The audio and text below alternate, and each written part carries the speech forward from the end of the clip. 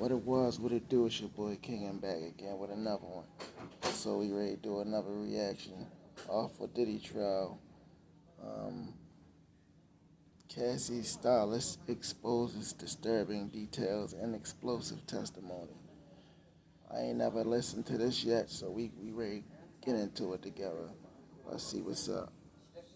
Sean Diddy Combs criminal sex crimes trial. A lot going on today in court. We have a great panel of guests. I'm going to introduce them in a minute. We're going to be taking your questions for the next hour, not only about what's happening in court today, but what has happened over the past several days, what's happened in the past several weeks. What do you think about the case at this point? If you have a question, submit it on YouTube. We're going to answer it in real time. I am made of questions, because let me tell you about what happened today. And then we're going to get Elizabeth Miller on, who's been in that courtroom, to give us a play-by-play too. But the testimony today was regarding the alleged break. I'm at the hospital right now, so bear with me. I'm just trying to kill some time, so tweaked it a little bit just to give y'all something. Yeah. At Kid Cudi's house, the alleged firebombing of his car. I've said it before, I said it again. Kid Cudi, very important witness in this case to establish some of the underlying crimes for the overall racketeering charge. So arson. That came out of testimony today. Damn, he just bleeped out everything he said. Los Angeles Police Department saying that there was an Escalade registered to Bad Boy Records that was found near the crime scene, near the scene of the break-in. There was some very interesting cross-examination that we'll get into as well. Shit, a lot of discussion about DNA that was found on this glass bottle, the Molotov cocktail that was used in the firebombing of his car, the alleged firebombing of his car, that it belonged to a female contributor. Not entirely sure who that is. Big back and forth between the prosecution and defense regarding fingerprint cards and whether they were apparently destroyed. The defense objected to this. They objected to this line of questioning because they said it now puts in the minds of the jury that it looks like Combs or his team is responsible for destroying this piece of evidence. There was also discussion about a glove that wasn't tested for DNA. Was it maybe worn by the person who allegedly threw the Molotov cocktail? And then right before they went to lunch, a celebrity stylist gets on the stand. Deontay Nash worked for Diddy and Cassie. And I will tell you, based on just my reading of the transcript, what personality this guy has. And also quite relevant to Cassie Ventura's testimony. Alleged victim number one in this case, really, really important. So without further ado, I want to bring on Elizabeth Miller, long crimes reporter who has been in that courtroom every day for testimony. Elizabeth, so great to see you. I have to start with Deontay Nash, okay? Because I can feel the personality through the court updates. Talk to us about, this was again, right before the lunch break, called by the prosecution. What did he say, and how was his testimony relevant to Cassandra Ventura?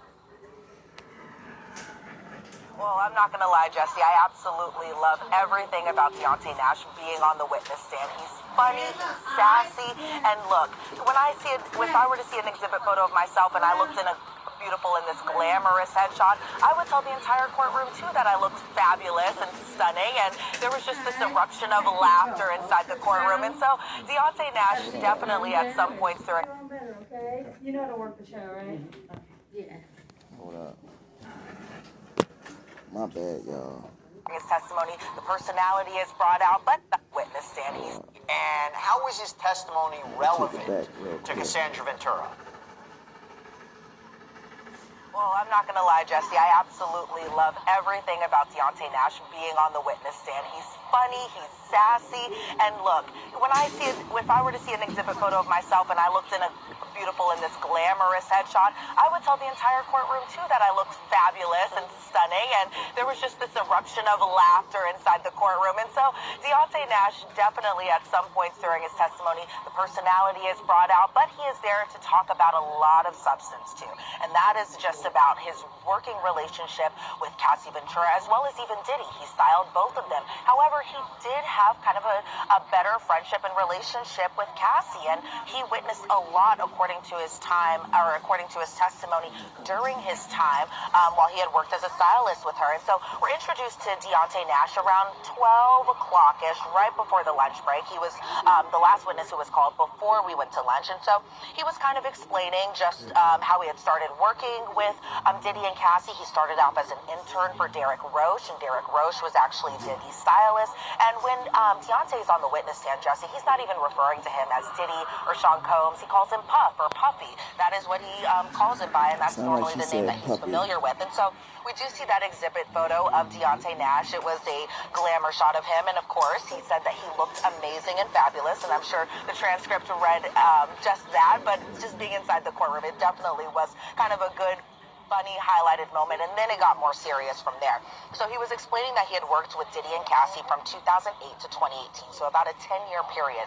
Then we get into the 2009 to 28 time frame, which is a long time, but Maureen Comey, who did the questioning under the direct examination, was essentially asking some foundational questions just about how much time Deontay spent with Cassie, and he said he spent pretty much every single day with Cassie. He said he saw Diddy and Cassie together, though, about once a week, but that's still a pretty often time. And then he was asked, what were the names that Diddy referred to Cassie as? So first, Deontay was like, oh, baby girl, Cassie.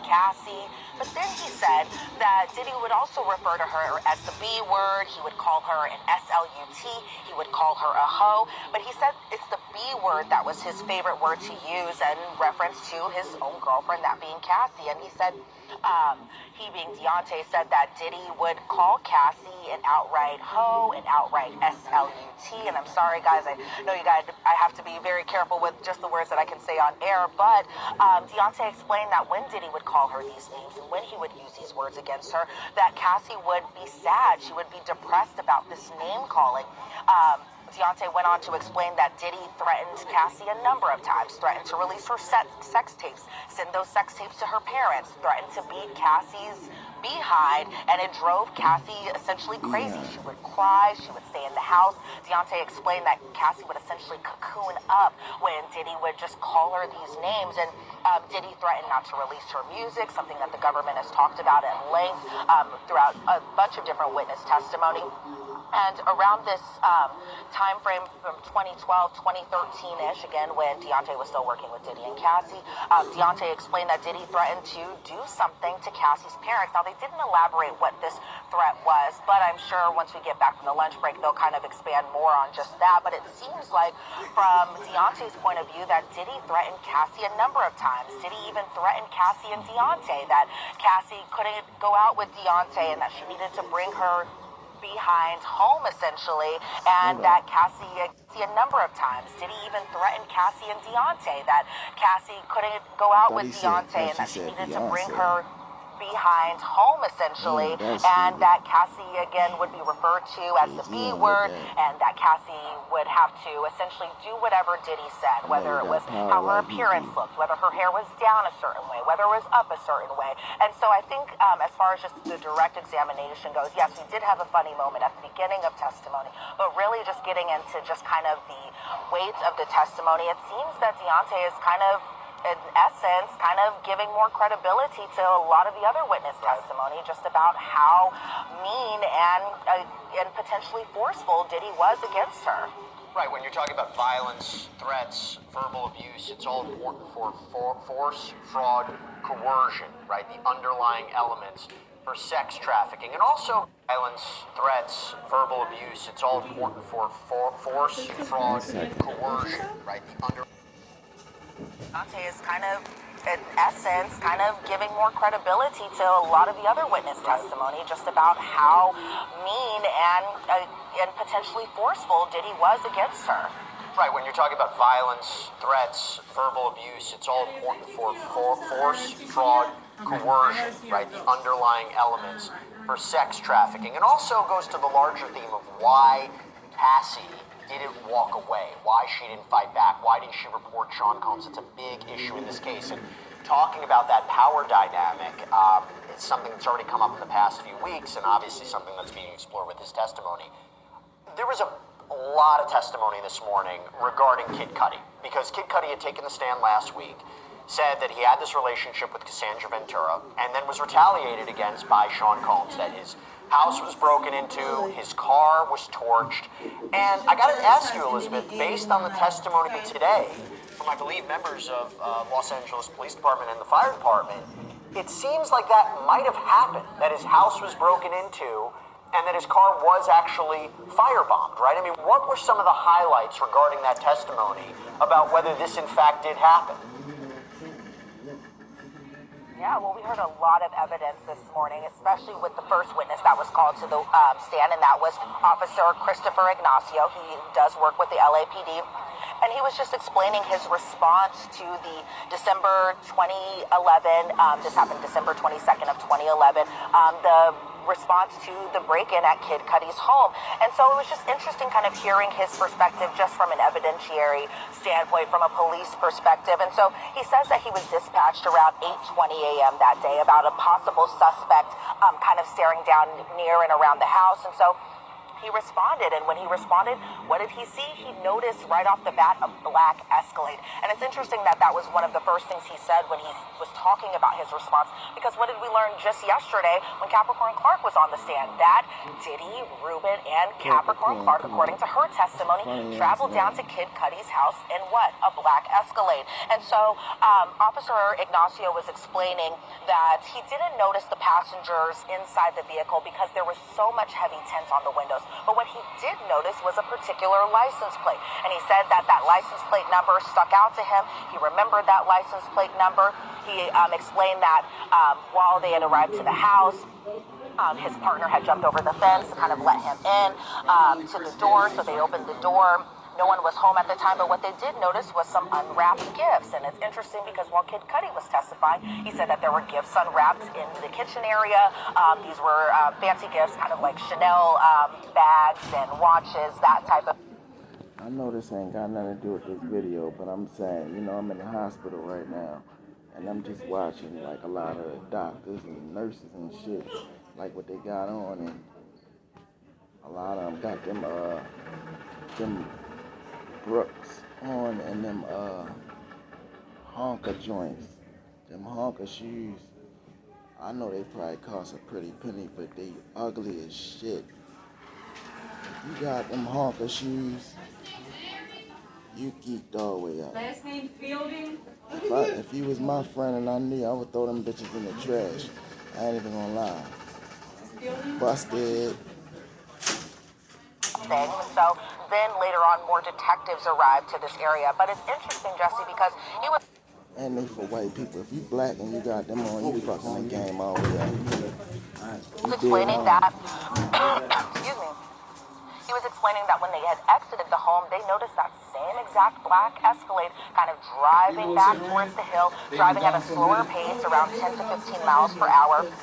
He said around the first time he saw the black Escalade that they were driving off fast, which I think also goes to verify Capricorn Clark's explanation, or Capricorn Clark's testimony yesterday, where she was explaining how she, Ruben, and Diddy had all spotted Kid Cudi's car. They chased him and then, excuse me, later returned. And so right before the direct examination ended, we see this exhibit photo, and I think that the prosecution kind of did a big like aha moment here, because we see the DMV vehicle registration, and I know you kind of spoiled it anyway, Jesse, but that vehicle was registered to Bad Boy Productions, Inc. And it was the exact same license plate that Officer Ignacio had first spotted. And so that was the big moment just from his testimony. Obviously, under the cross-examination, it was really picked apart just as far as his response goes to investigating this break-in. Whether or not that there were dead ends around the Hollywood Hills neighborhood, and maybe that was an explanation as to why the black Escalade was seen again. And I think, when Brian Steele was doing the cross-examination, he was poking holes where holes needed to have been poked, right? He was asking questions as far as why a BOLO response wasn't put out, why no arrests were made, why nothing was charged beyond just trespassing. It was no burglary charge or no robbery charge, any of that sort. He didn't spot a car chasing another car, and he didn't hear about a kidnapping in this matter, and that there was no property disturbed, even though there was gifts open that Kid Cudi says weren't open when he had left his home. And so those were the big highlights for his testimony. Then we get into arson investigator Lance Jimenez, and I think Lance Jimenez's testimony was pretty interesting today because he is an arson investigator and he was really kind of explaining just the ins and outs of investigating this type of firebomb or car bomb, but particularly this Molotov cocktail that was lodged into Kid Cudi's home, according to him. He says that he observed when he had responded to the call that he had observed this car parked close to the garage, and then he saw this black Porsche 911. He saw that there was a cutout roof inside the Porsche, something that we've all seen from those exhibit photos.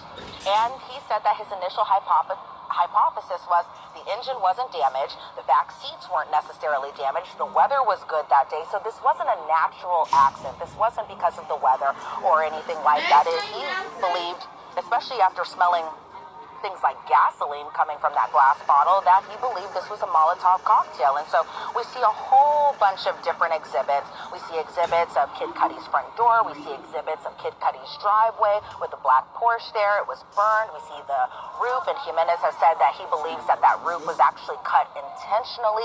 We see the interior of Kid Cudi's Porsche where you can see a glass bottle. You can see a handkerchief over into the console area, which is kind of like this designery silky cloth material. And he believed that that was kind of the root in the damage as far as what had happened. And so he summed up his conclusion, because we saw a whole bunch of different exhibits too, that I'm sure we'll get into more later on, Jesse. But his conclusion was that someone took this bottle, put gasoline in it, put a cloth over it, cut the roof out. The cloth fell out whenever the Molotov cocktail was lodged into the roof, and so that fire ended up being contained specifically to the car. Now, he says that he's investigated arson when it comes to Molotov cocktails before. He has a lot of experience. He's been doing this he's been doing arson investigations since the earliest around 2011. So he's been doing this a long time, and he said, surprisingly, that the damage wasn't as bad as he's seen in other instances that involve Molotov cocktails. He explained that it could have been so much worse, where the fire could have just essentially exploded the car, only leaving the frames of the car. The car could have, the fire from the car could have even went over to the house or to the garage area. Like, the damage could have been a lot worse than it actually was. So that was a surprising tidbit that he had said today, where he explained that even though a Molotov cocktail house or to the garage area, like, the damage could have been a lot worse than it actually was. So that was a surprising tidbit that he had said today, where he explained that even though a Molotov cocktail was lodged into the car, and as Kid Cudi had explained while he was testifying, that he could not refix the car was beyond repair, that according to investigator Lance Jimenez, that essentially this fire could have been a lot worse. But what's also interesting, Jesse, is that when we start to get into the fingerprints and just the DNA that was collected, essentially the defense thought it was kind of enough for the grounds of a mistrial. Why? Because the government was essentially asking questions as far as whether or not fingerprints were taken inside the car and around the car. But the victim in this case, the victim obviously being Scott Mescudi, aka Kid Cudi, he had someone do fingerprints after the break-in at his home. He submitted these fingerprints over to officials, and officials officially had this fingerprint card. But the thing is he was asked, he being investigator Lance Jimenez, was asked by Mary Slavic while he was questioned under direct, did you find this unusual? Because the fingerprint cards were later destroyed. So he was asked, do you find this unusual? Has evidence ever been destroyed before? Obviously, there was going to be an objection from the defense. Obviously, there was going to be a sidebar, because the defense did not want this information to be heard from the jury. So when the jury had to kind of leave the room for a quick break for arguments outside the presence of the jury, they were just really getting into it. And Alexandra Shapiro just got up and was like, we have the grounds, or I believe there's enough grounds for a mistrial. And everyone just kind of was like, okay, what is about to happen? And obviously we know that didn't necessarily happen, because another witness was called later on. But it really seemed like the defense was very upset and found this to be extremely prejudicial against their client. Because it makes the jury believe, the argument is that someone destroyed the fingerprint cards, and that someone was Sean Combs or a member of his team. And I know that the judge even questioned the prosecutor about why you would even ask questions like this, and at the end told the jury to just very upset and found this to be extremely prejudicial against their client. Because it makes the jury believe, the argument is that someone destroyed the fingerprint cards, and that someone was Sean Combs or a member of his team. And I know that the judge even questioned the prosecutor about why you would even ask questions like this, and at the end told the jury to disregard the commentary about the fingerprint cards. I mean, the genie's, it's already out of the bottle. I mean, they already heard it. Well, they're not supposed to consider it, but they're human beings. Okay, Elizabeth, before I let you go, one more question. So we're taking a bunch of questions from YouTube right now. Again, I have an all-star panel that I'm going to bring on in a minute. But before I do, we have a question from Leg7K that is for you, Elizabeth. The question is, hi, hope all is well. I have a question for Elizabeth Milner. What's her opinion on the jury so far? How are they holding up? Well, I think the jury is holding up exceptionally well. I think the jury is very much how they've always been. They've been very... How do you answer a question like that? How is the jury holding up? Like, what does that mean? Like, I'm curious because I want to know. Like, I guess maybe they saying, like, is the jury all on the same page, you feel me? Or is they looking like it's going to be a mistrial again? That's the only thing I could get out of that. Like, what you mean? Do they feel good? Like, how they holding up? That's a funny question to ask. I would have probably been like, what you mean by that? Involved in this case, and by involved, I mean they're taking notes down, they're listening to this testimony. From what I can... Real quick, if y'all like what we doing on this channel, like, comment, subscribe, and share. Alhamdulillah. Just seen some Muslim doctors walk past. That was a wonderful sight to see. But yeah, definitely get with it. Many soldiers into we don't stop. See of them when I'm sitting inside the gallery. I don't see any heads kind of nodding off, falling asleep, any of that sort. But I'm kind of wondering about the jury myself, whether or not they found this kind of aha moment, the same as us maybe in the press or other members in the gallery, where that big moment where we had seen that defense exhibit about the vehicle registration being to Bad Boy Entertainment or to Bad Boy Incorporated. So as far as I could tell from the jury, they definitely are still very attentive from it, and they're definitely still paying very close attention. I'm probably sure... Attentive. This is one of the biggest cases publicly, like, going down right now. And this is going to be one of the trials of definitely the decade, but probably the century. I'm saying it's nothing born about this. We're talking about P Dizzle. P-Dog, that's his name, P-Dog, because he's a dog. You know what I'm saying? Just, first of all, you're getting a glimpse of his life, so that's automatic, like, that's what's up, you feel me? Any celebrity, pretty much, you would want to hear about them and what's going on with them. So, I don't think that would be a good question to ask. Like, is they falling asleep? I mean, I guess they could fall asleep, but like I said, I don't see that happening on a high-profile case like this. That during that sidebar when the objections were had, they were probably like, what is going on? But for the most part, they're still paying very close attention. Good, that's what they should be doing. This is going to be a long case, not an easy case for them to sit on, but Elizabeth Milner, thank you so much for coming on, breaking down the ins and outs of the testimony from today, as you do every day. Thanks so much, and I know you have to head back into court. Thanks, Jesse. And there we go. That was that video, y'all. Tell me what you think about it. I just feel like this shit is never going to get old. And it's definitely going to be some more fucked up shit you're going to hear. Yeah, that's it for real. I'm out.